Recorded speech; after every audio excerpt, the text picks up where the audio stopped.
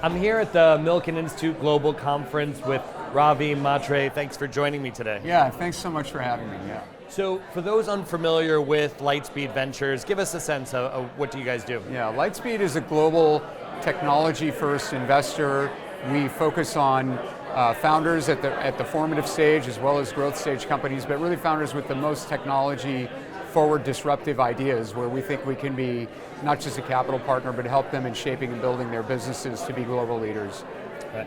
So obviously AI has dominated the conversation over the past couple of years. And we were just talking about November 2022, right? ChatGPT opens access to the public and something happens in everyone's mind. While enterprise AI had been around for a decade plus, something happened. What happened and what are you seeing now, the impact on industry?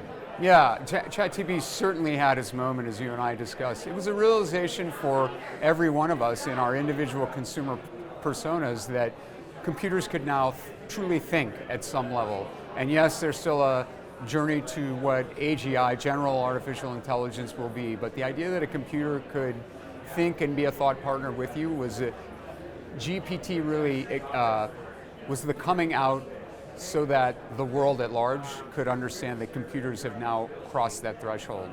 And the implications of that are mind-blowing if you think about it. In the early days of the internet, when I think we were talking about this too, AOL really was the first product where consumers realized they could dial into a computer system that didn't exist near them, and that it actually existed not just in one place, but around the world.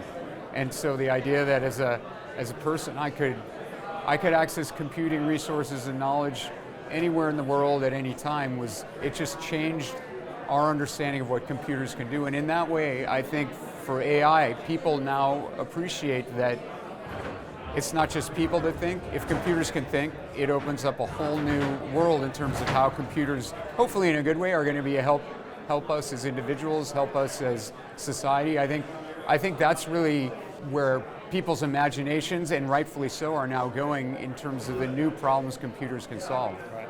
So, obviously now you have, from a venture side, tons of companies starting, AI companies. Do you think sometimes, we're hearing, especially in large language models, the costs of compute and all of this sometimes, sort of outpace, sort of revenue models. Do the startups who are getting into AI, do they realize again that, yes, certain models can be created, cost, sort of effectively, but it's a really hard thing to scale.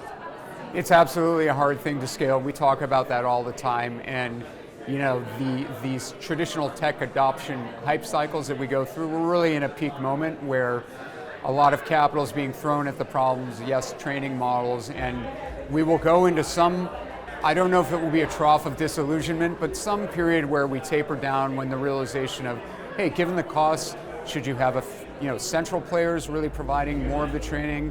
Should that be distributed?